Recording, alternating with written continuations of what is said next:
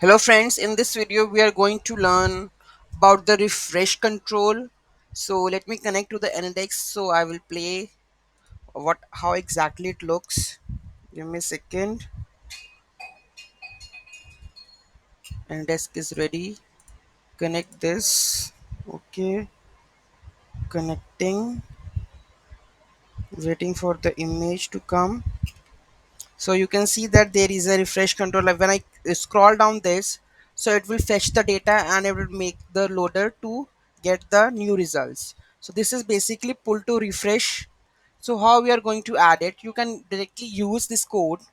Okay, so basically it's simply just on click on the refresh button, it will just set the refreshing state true, and when it done it will make the set refreshing false. When it comes the data, then it will make the set refreshing to be false.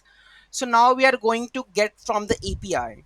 Okay, so let's start from the API part.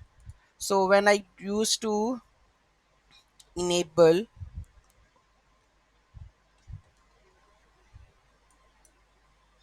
the API section where we are using pull to refresh,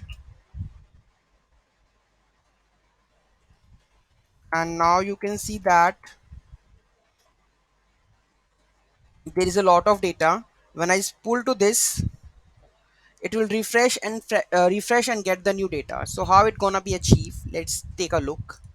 So first of all, on refreshing, when we have the refreshing on press, so basically this is a view set refreshing true or false or null. Okay, there is a flat list where we are getting the data, right? Flat trace in which we are binding the data.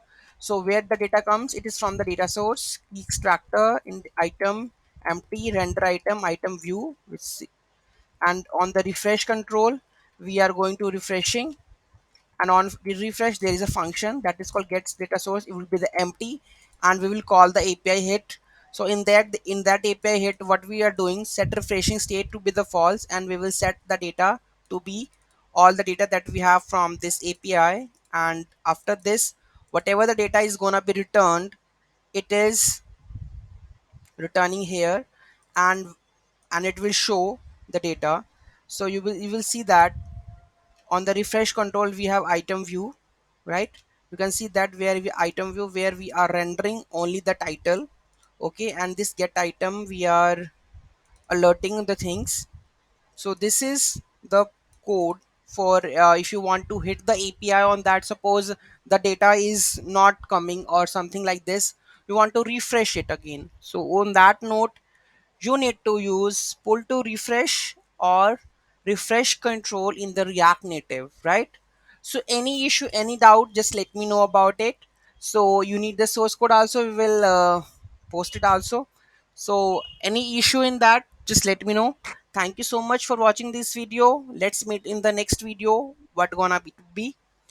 Have a great day. Please do like, share and comment, and any issue in that, just let me know in the comment box. Have a great day.